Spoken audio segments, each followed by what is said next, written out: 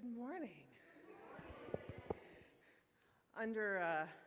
I decided not to slick back my hair a la Mr. Rogers. I thought this would be enough for all of you to get the point.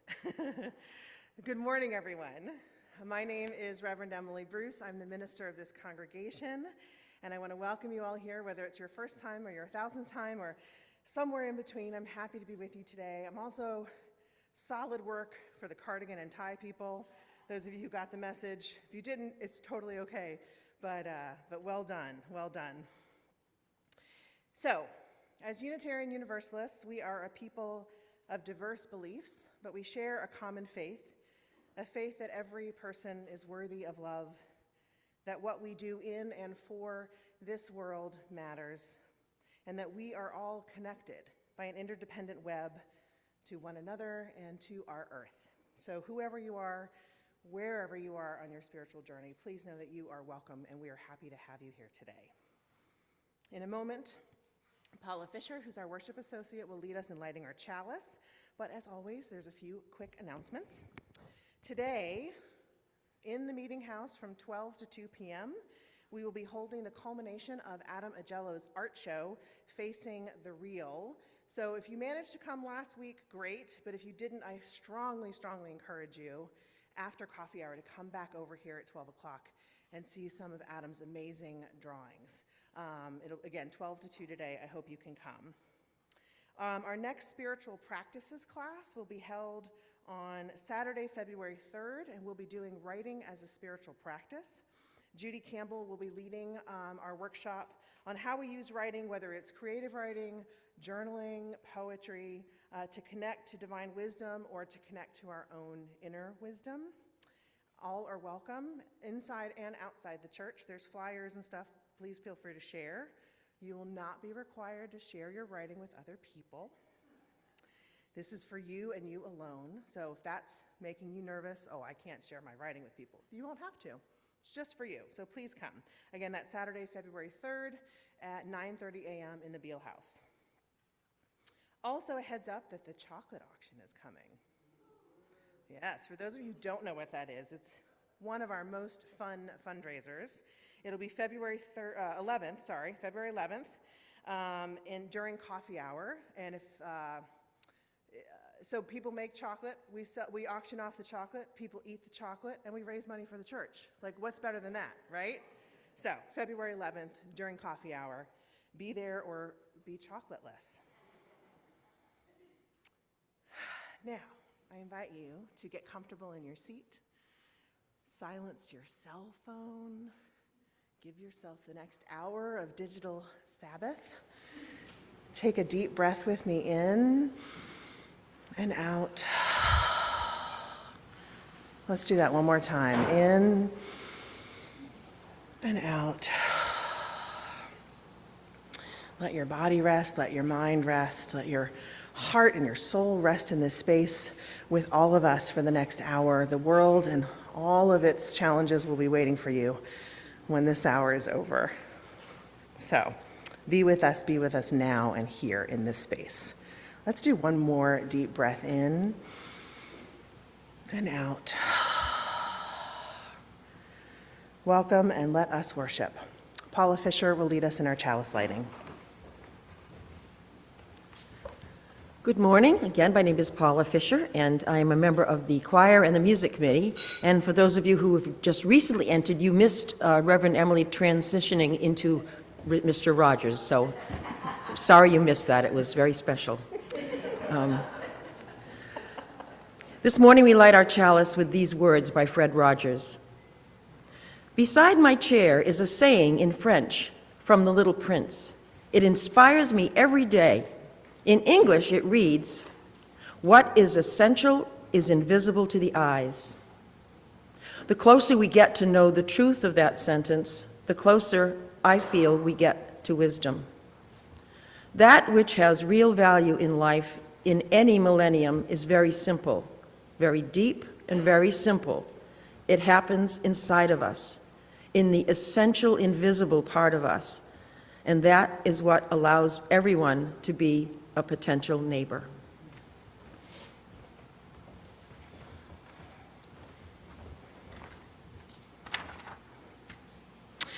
So again, welcome to this service honoring Mr. Fred Rogers, author, Presbyterian minister. Did you know that? Presbyterian minister. And creator and host of the television series Mr. Rogers' Neighborhood, which ran from 1968 to 2001.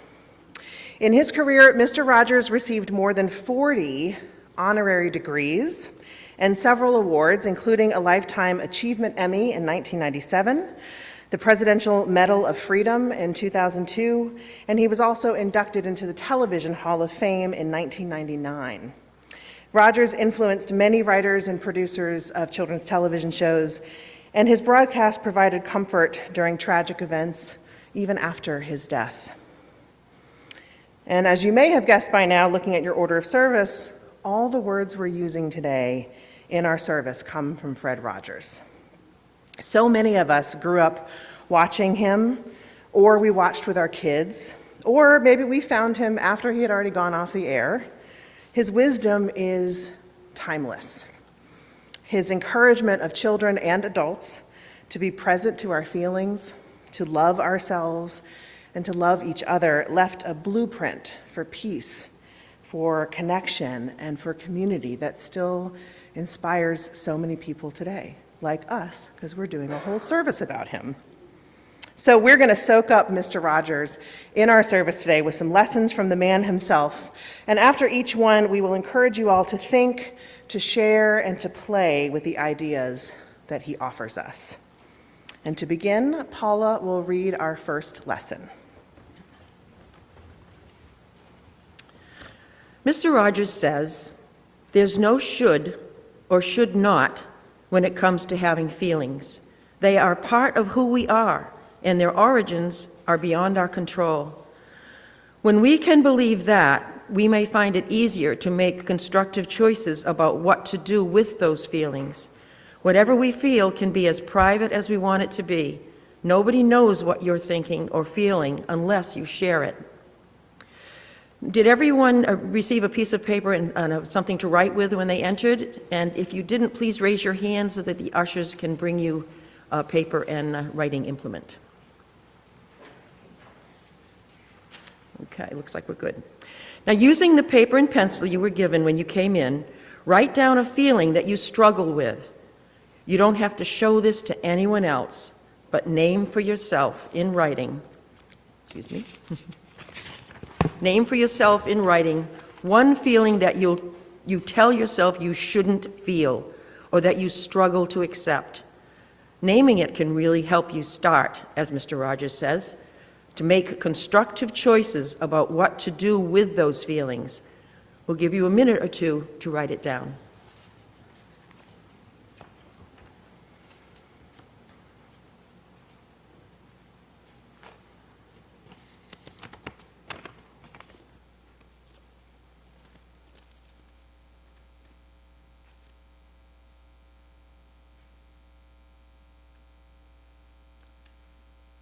I invite you to take that piece of paper home with you. Tuck it somewhere private, but where you might see it every day. And when you see it, think about how you might begin to accept that that feeling exists and what choices you can make about feeling it. Maybe talking about it with a friend you trust, or even just taking the time on your own to examine the feeling and why you struggle with it. Accepting its presence and giving it space to breathe in your mind is sometimes all we need to do for it to feel less challenging. Think about Mr. Rogers' words and see if you can find constructive ways to deal with it. Now, please rise in body or in spirit for our opening hymn, "Won't You Be My Neighbor?" The words are printed in your order of service.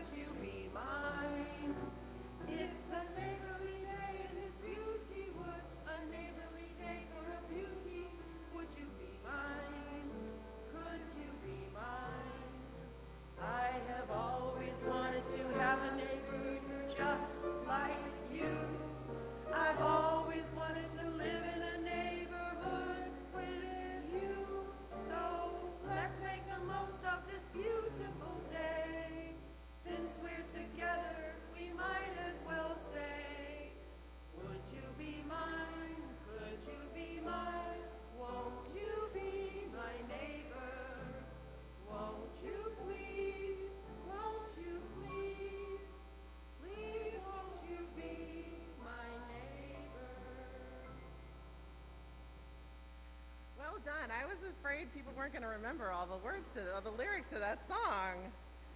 Good job. All right. The wisdom of Mr. Rogers. Number 2.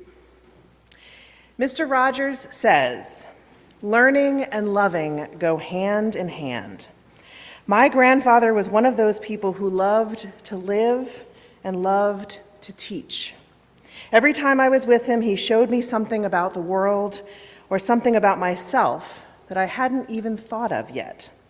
He'd help me find something wonderful in the smallest of things, and ever so carefully, he helped me understand the enormous worth of every human being. My grandfather was not a professional teacher, but the way he treated me, the way he loved me, and the things he did with me served me as well as any teacher I've ever known. Mr. Rogers continues, ever since you were little, there have been people who have smiled you into smiling, who have talked you into talking, sung you into singing, loved you into loving. He says, let's take some time to think of those extra special people. Some of them may be right here, some may be far away, some may even be in heaven. No matter where they are, deep down you know that they have always wanted the best for you. They've always cared about you beyond measure and have encouraged you to be true to the best within you. So who helped you into loving? Who helped you loved you into loving? Who always wanted the best for you? This is me talking now. Who always wanted the best for you? Who cared for you, each of you, beyond measure? It could have been a grandparent or a parent. It could have been a friend, a sibling. It could be someone from your past or someone very much in your present. Let's all take a minute now to think about who that person might be for you in your life, whether past or present.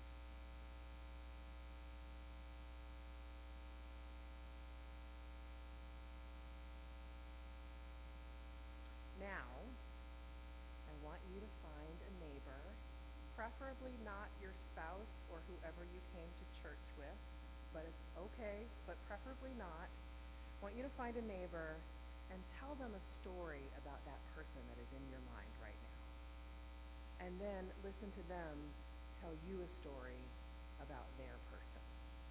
If you need to get up and move around and find someone, that's okay. We're going to give you about 3 to 5 minutes to do this. And so you have time to tell your story and listen to the other person's story. Tony will play some pretty little background music for us while we do this. So go, share.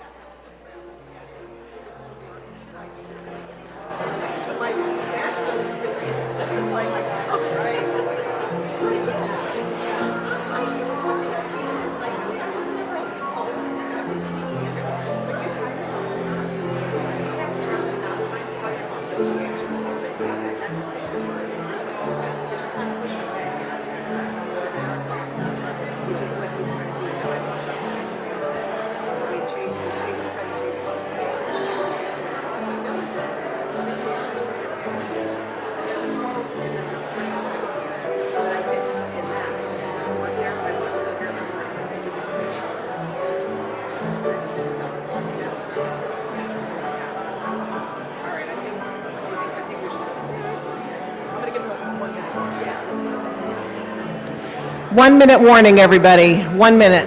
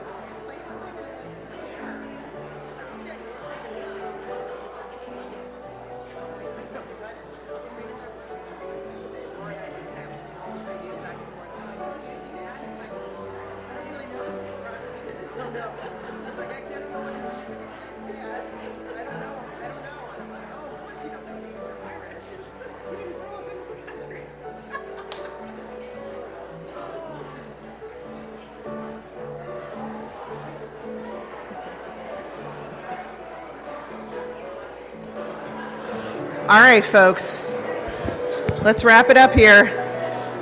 Clearly, we are all very loved, and that's great, but this service isn't going to finish itself. You can always finish up at coffee hour. I mean, I love you all, but look, no, I'm kidding. I'm teasing. Clearly, you enjoyed that exercise, and that makes me very happy, so good. Mr. Rogers says, listening is a very active awareness of the coming together of at least two lives. Listening, as far as I'm concerned, he says, is certainly a prerequisite of love. One of the most essential ways of saying I love you is being a receptive listener. Listening is where love begins, listening to ourselves and listening to our neighbors. So, as we enter into our time of sharing the joys and concerns on our hearts, I invite you all to listen to each other and let that be the clearest way you express your love for each other in this community. We will begin, as we always do, by singing side 1 of May Love Be Your Guide, so look for the white card in your pew.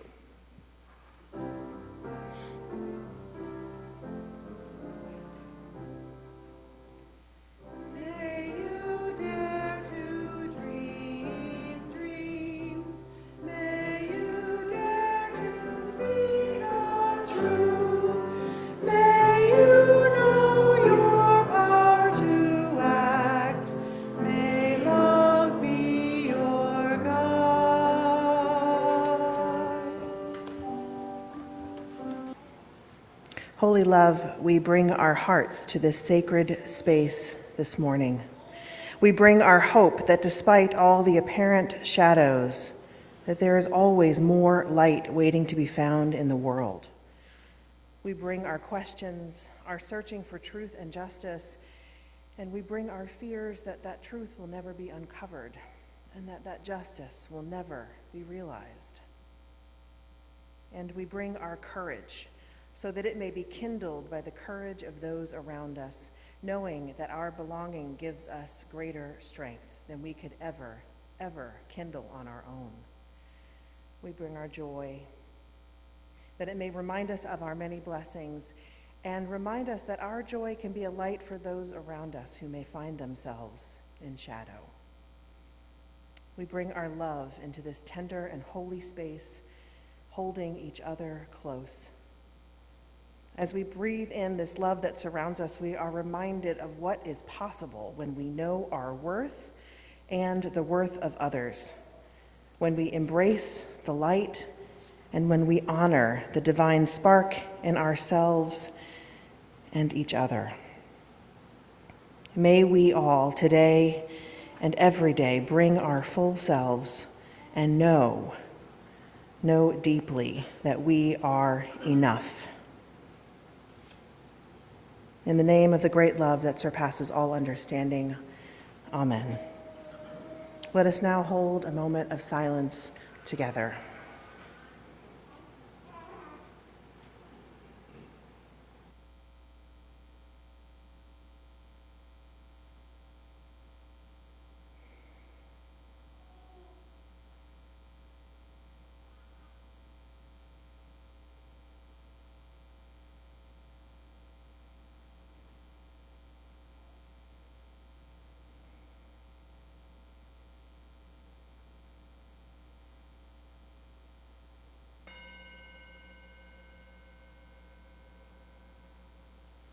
please join me in singing side 2 of May Love Be Your Guide.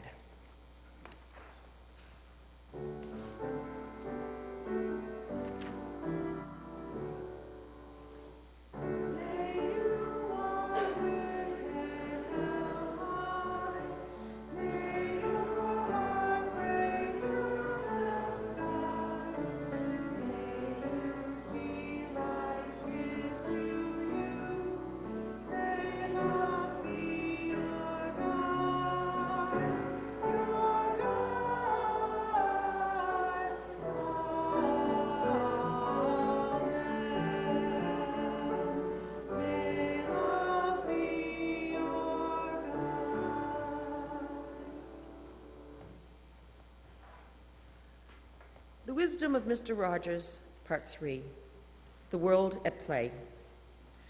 Mr. Rogers says, play does seem to open up another part of the mind that is always there, but that, since childhood, may have become closed off and hard to reach.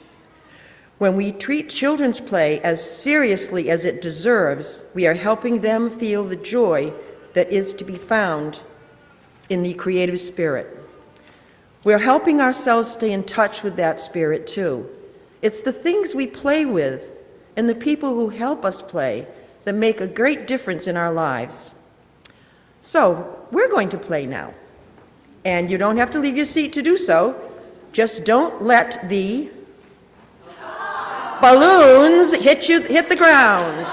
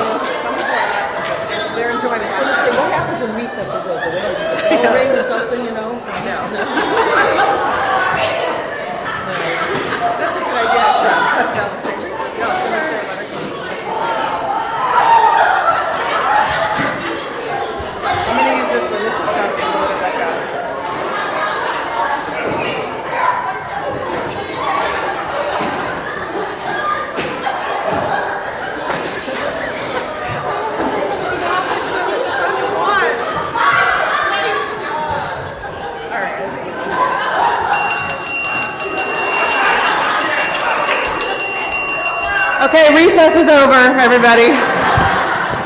You guys are awesome. I was so afraid that you were going to be like, what is she doing? And I was going to get the stink eye from so many of you. Thank you. Give yourself a round of applause for your ability to play. You can just leave them. We'll get them after church. Thank you all thank you for committing to the moment. I love you all so much.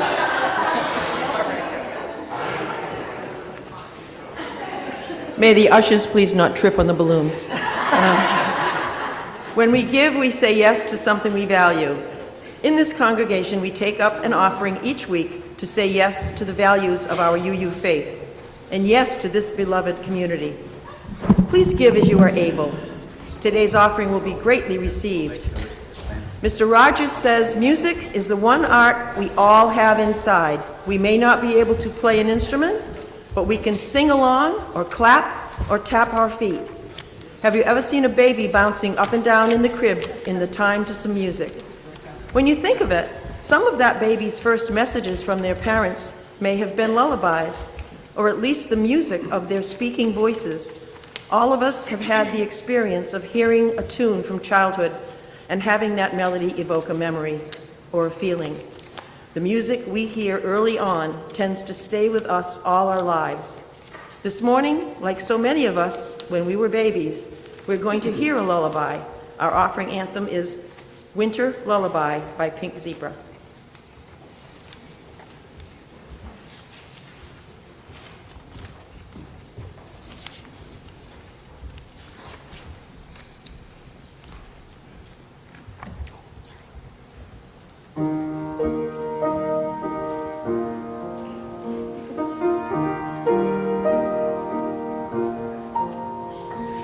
When the winter snow meets the world below, painting fields of white in the evening light, I will sing my song and it won't be long till you're sleeping through the night.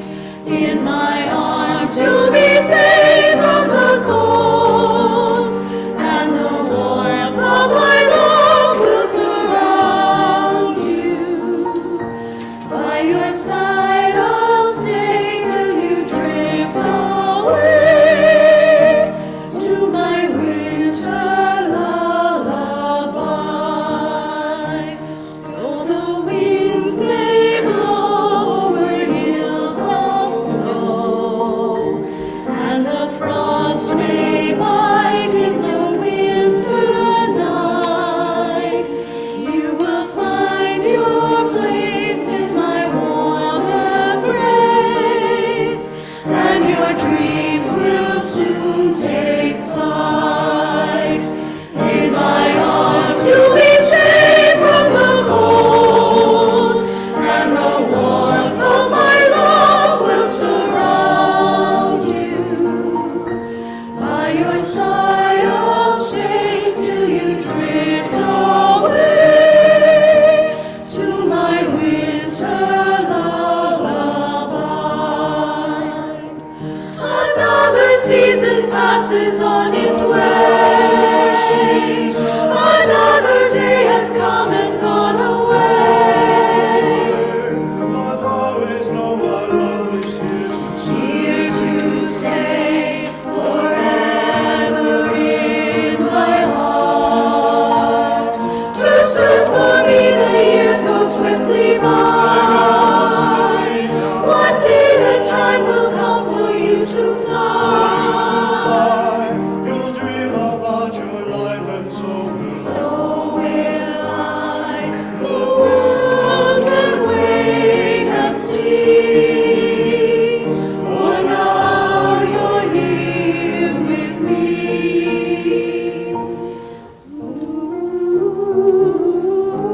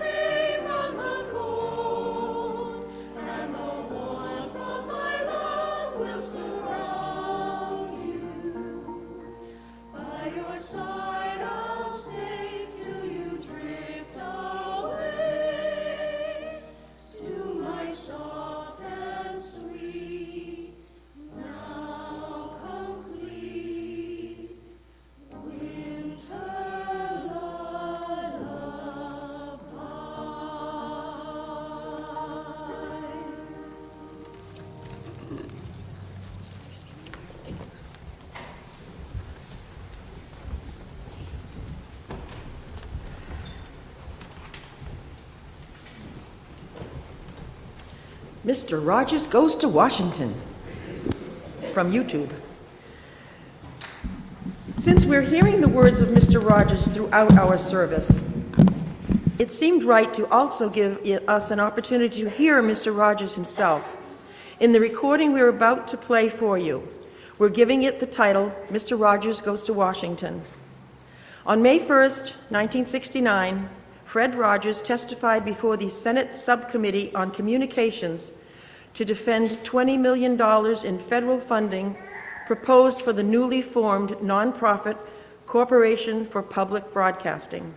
Subcommittee Chairman, Senator John Pastore, Democrat, Rhode Island, unfamiliar with Fred Rogers, is initially abrasive toward him.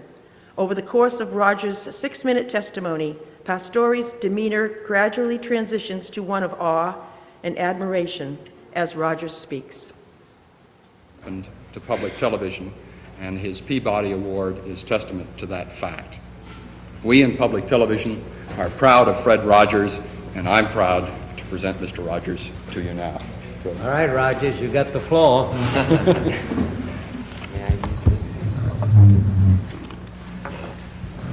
Senator Pastore, this is a philosophical statement and would take about 10 minutes to read, so I'll not do that. One of the first things that a child learns in a healthy family is trust, and I trust what you have said that you will read this. It's very important to me. I care deeply about children. My first children... Will it make you happy if you read it? I'd just like to talk about it, if it's all right. Sir. Okay. My first children's program was on WQED 15 years ago, and its budget was $30. Now, with the help of the Sears Roebuck Foundation and National Educational Television, as well as all of the affiliated stations, each station pays to show our program. It's a unique kind of funding in educational television.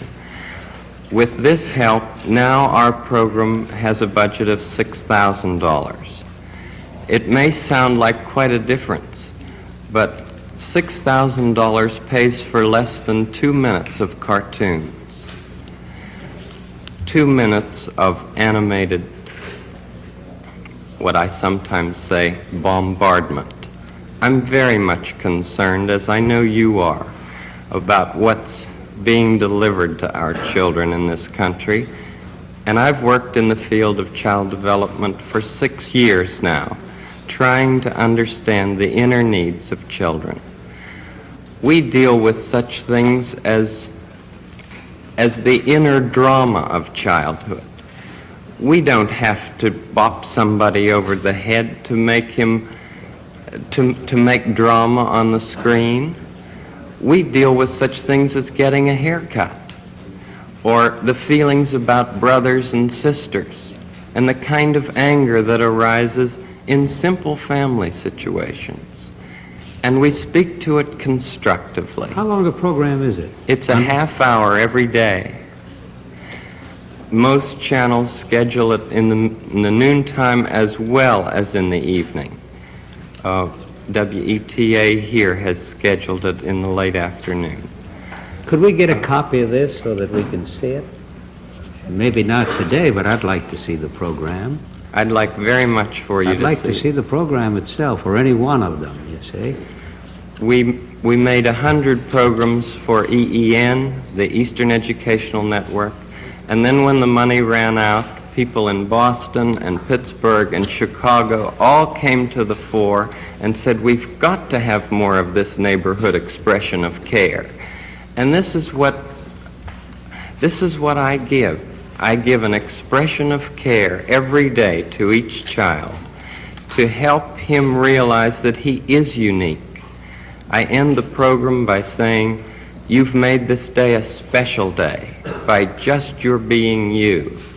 There's no person in the whole world like you, and I like you just the way you are. And I feel that if we in public television can only make it clear that feelings are mentionable and manageable, we will have done a great service for mental health. I think that it's much more dramatic that two men could be working out their feelings of anger, much more dramatic than showing something of gunfire. I'm constantly concerned about what our children are seeing. And for 15 years, I have tried in this country and Canada to present what I feel is a meaningful expression of care. Do you narrate it? I'm the host, yes, and I do all the puppets, and I write all the music, and I write all the scripts. Well, I'm supposed to be a pretty tough guy, and this is the first time I've had goosebumps for the last 2 days. Well, I'm grateful not only for your goosebumps, but for your interest in our kind of communication. Could I tell you the words of one of the songs which I feel is very important? Yes. This has to do with that good feeling of control, which I feel that children need to know is there. And it starts out, what do you do with the mad that you feel? And that first line came straight from a child. I work with children, doing puppets in very personal communication with small groups. What do you do with the mad that you feel? When you feel so mad you could bite. When the whole wide world seems oh so wrong, and nothing you do seems very right. What do? Do you punch a bag? Do you pound some clay or some dough? Do you round up friends for a game of tag or see how fast you go? It's great to be able to stop when you've planned a thing that's wrong and be able to do something else instead and think this song. I can stop when I want to, can stop when I wish, can stop, stop, stop anytime. And what a good feeling to feel like this and know that the feeling is really mine. Know that there's something deep inside that helps us become what we can. For a girl can be someday a lady, and a boy can be someday a man. I think it's wonderful. I think it's wonderful. Looks like you just earned the $20 million.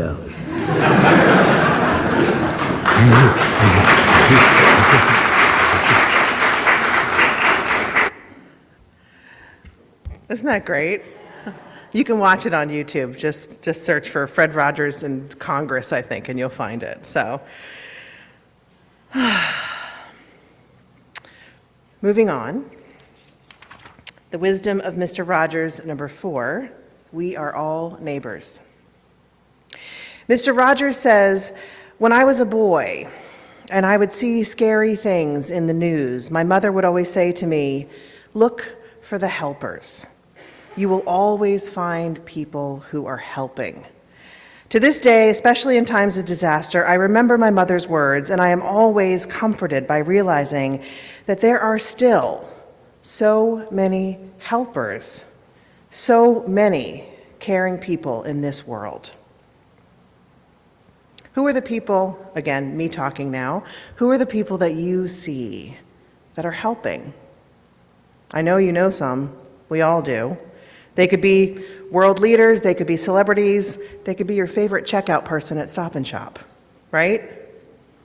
We all have the capacity to help, and there are so many examples around us every single day of people who are trying to help. So who comes to mind when you think of the people that are trying to help in our world today?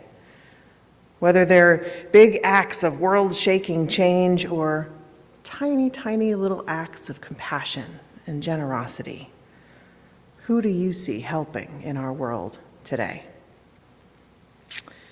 I'd like you to turn to a different neighbor this time and tell them a story about someone who inspires you with the way they are trying to help in our world today. And then listen to that person tell you a story about a person that inspires them with the way they are trying to help in our world today. So again, get up, move around if you are willing. If you want to sit, that's okay too. Tony will play some music, but find a neighbor and share.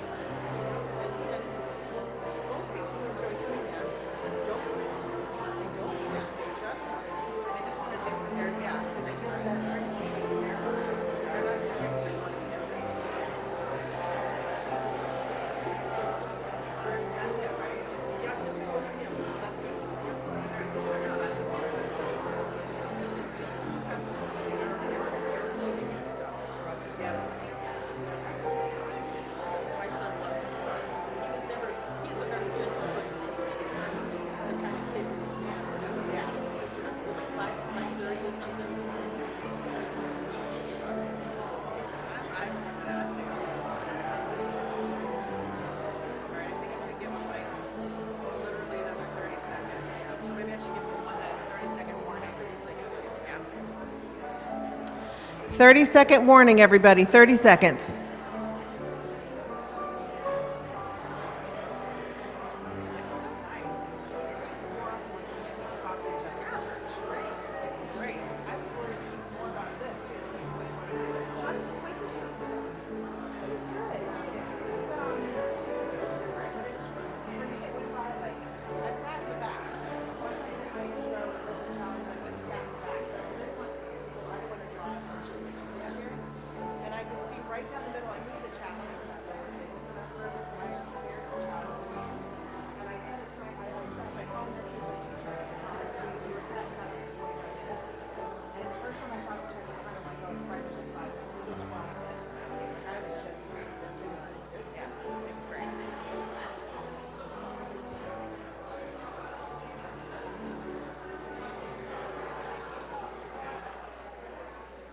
All right, everybody. So glad you have so many stories about helpers, and hopefully this will encourage you, as I hope it will encourage me too, to look for the helpers. Look for the helpers, because they are everywhere. And often we are the helpers too, so. Mr. Rogers says, one of the mysteries is that, as unlike as we are, one human being from another, we also share so much in common. Our lives begin in the same way, with birth. As we grow, we laugh and we cry at many of the same things, and we also fear many of the same things. At the end, we all leave the same way, by death. As different as we are from one another, as unique as each one of us is, we are so much more the same than we are different. So, with that sentiment in mind, I invite you to rise in body or in spirit for our closing hymn, We Would Be One, which is number 318 in the gray hymnal.